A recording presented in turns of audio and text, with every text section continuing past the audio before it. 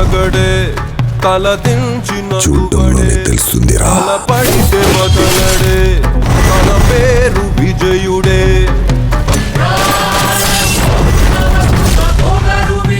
వాడిని కంటిన్యూస్ గా వర్క్ చేస్తూనే ఉండండి. రావయ్యా రాయ్, వెళ్ళేం చెప్పావు? తప్పుడు కేసు వాపస్ తీసుకున్నాడు.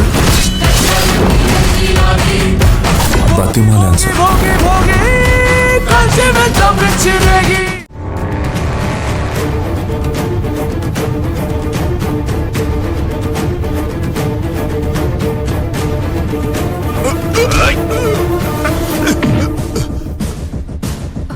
అయ్యో అల్లుడు గారు,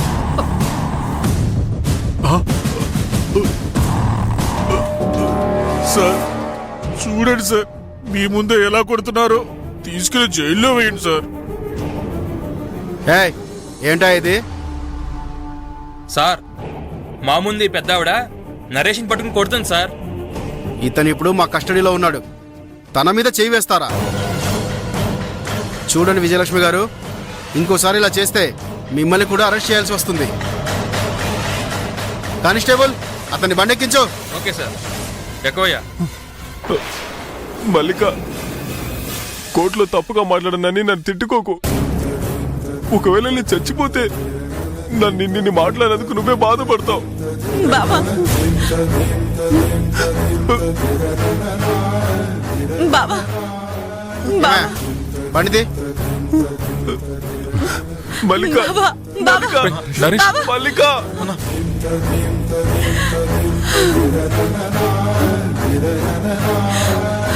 రేయ్, ఈ కేసు క్లోజ్ అయ్యాక నువ్వెక్కడున్నా వెతికి మరీ నీ తల నరికేస్తాను. అత్తయ్య, పదండి మనం వెళ్దాం. వాడికి ఉరి శిక్ష పడాలి అల్లుడు గారు. అమ్మా,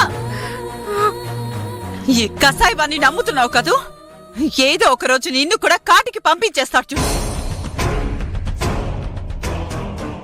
రే Narayana, you go to jail, I come to jail. I will kill you. బావా, నువ్వు జైలుకి వెళ్తే నేనేం చేయాలి? You come with me. మీరు రండి అత్తయ్య, రండి రండి వెళ్దాం.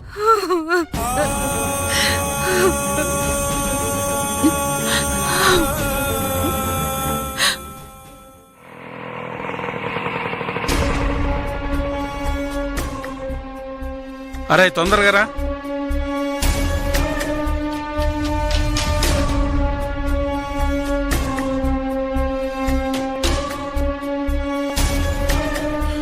రండి తాత, కూర్చోండి. రేయ్ రా, అక్కడ పెట్టు.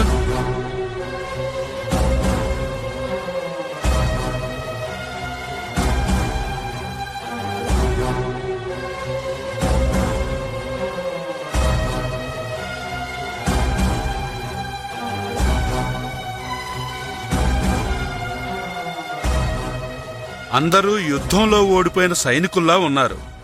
ఇది పిల్లివారిల్లేనా? జరుగుతుందంతా మీకు తెలిసిందే కదా తాతయ్య. సత్యమావేని నరేష్ చంపాడని అత్తయ్య స్వప్నలు పదే పదే అంటుంటే తట్టుకోలేకపోతున్నాను తాత. సరే, దీనంతటికీ కారణం ఆ గాలి నారాయణ అని రేవతి నాకు చెప్పింది. ఉరిశిక్ష పడుతుందేమోనని నరేష్ భయపడిపోతున్నాడు తాతయ్య. వాణ్ణి తలుచుకుంటేనే బాధగా ఉంది. చేయని నేరానికి అన్యాయంగా ఇరుక్కున్నాడు కదా, భయం లేకుండా ఎలా ఉంటుంది? నరేష్ భయపడుతున్నాడని, వాడికి ఉరిశిక్ష పడుతుందని మీలో మీరే ఒక నిర్ణయానికి రాకండి. అంటే నరేష్ బయటకు వచ్చేస్తాడా తాత? అది ఇప్పుడే ఎలా చెప్తామయ్యా? సాక్ష్యాలు ఆధారాలు చాలా ఉంటాయి. అవన్నీ రుజువైతే అప్పుడు తీర్పు వస్తుంది. తాత, అమ్మ అక్కే నరేష్ బావకి వ్యతిరేకంగా సాక్ష్యం చెప్తారు. ఆ సాక్ష్యంతో బావకి ఉరిశిక్ష పడుతుందంటారా? సాక్షులు చెప్పేది జడ్జి గారు వింటారు. అలా విని వెంటనే శిక్ష వేయరు. ఆ సాక్ష్యాలకు తగ్గ ఆధారాలుండాలి. తాత, మల్లిక వాళ్ళింట్లో వెనక వైపు గోడ మీదున్న రక్తపు మరకను ఆధారంగా చూపించాలని మేమనుకున్నాం. కానీ ఆ నారాయణ దాన్ని తుడిచేశాడు. నువ్వు ఇలా మాట్లాడకూడదు రేవతి. నువ్వు ఈ కేసులో వాదిస్తున్నావని తెలిసి ఇదిగో ఈ లా పుస్తకాలు తెచ్చాను. ఈ బుక్స్ అన్నిటినీ బాగా చదివి ఈ కేసుని ఎలా వాదించాలో తెలుసుకొని అప్పుడు నీ వాదన పటిమ కోర్టులో చూపించు. నీ వాదన విని న్యాయమూర్తి గారే మెచ్చుకొని నరేష్ నిర్దోషి అని తీర్పిస్తారు. అంటే ఈ పుస్తకాలన్నీ చదివితే నరేష్ని విడుదల చేయించగలమా? ఒరే మూర్ఖుడా, పుస్తకాలన్నీ చదివితే నరేష్ని ఎలా వదిలేస్తారా? రేవతి కోర్టులో వాదించాలరా. అది కాదు తాత. నరేష్ మర్ది గారు త్వరగా బయటికి రావాలి అన్న ఆతృతతో ఆయనలా అడిగారు. ధర్మం చాలా పరీక్షలు ఎదుర్కొంటుంది. చివరికి అధర్మాన్ని అధఃపాతాళానికి తొక్కేస్తుంది. నరేష్ నిజంగానే ఆ హత్య చేయకపోతే ఖచ్చితంగా బయటకొస్తాడు.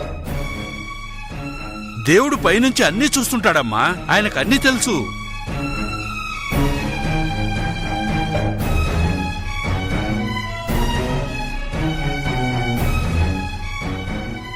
అమ్మా రేవతి, నువ్వు చాలా తెలివిగలదానివి. నీ సంకల్పం మీద నాకు నమ్మకం ఉంది. నువ్వు దేనికి భయపడకు, నీకు అండగా నేనున్నాను. ముందు మన మీద మనకు నమ్మకం ఉండాలి. ఆ నమ్మకమే మనల్ని విజయ తీరాలకి చేరుస్తుంది. పొదని గారు, తాత తెచ్చిన ఈ పుస్తకాలన్నీ నరేష్ని బయటికి తీసుకురావాలన్న ధైర్యంతోనే చదవండి. ఈ పోరాటంలో ఎట్టి పరిస్థితుల్లో మనం గెలవాలి. మల్లిక, నువ్వు భయపడకు. నరేష్ హంతకుడు కాదన్న నిజం త్వరలో అందరికీ తప్పకుండా తెలుస్తుంది. సరే, నే వెళ్ళొస్తాను. ధైర్యంగా ఉండండి అయ్యా.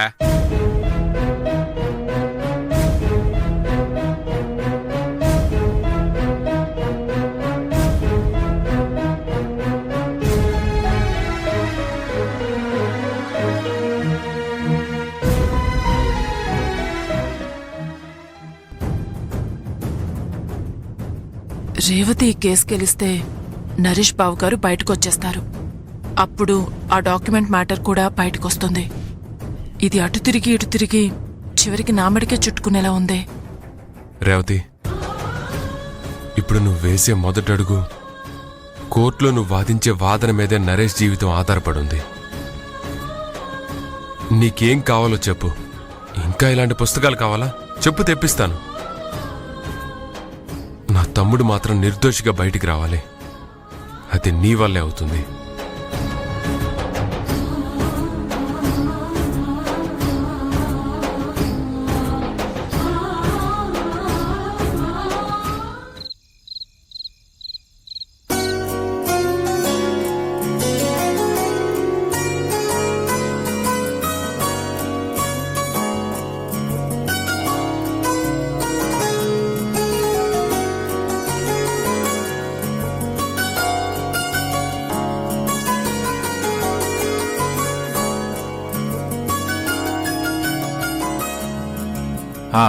వదిన గారు, చెప్పండి మరిది గారు. ఇదిగోండి నల్లటి తేనీరు. నల్లటి తేనీరా అంటే? Black tea. ఓ, ఆరోగ్యానికి మంచి చేస్తుంది, ఆలోచనకి పదును పెడుతుంది. తాగక్క. సరే. తాగండి.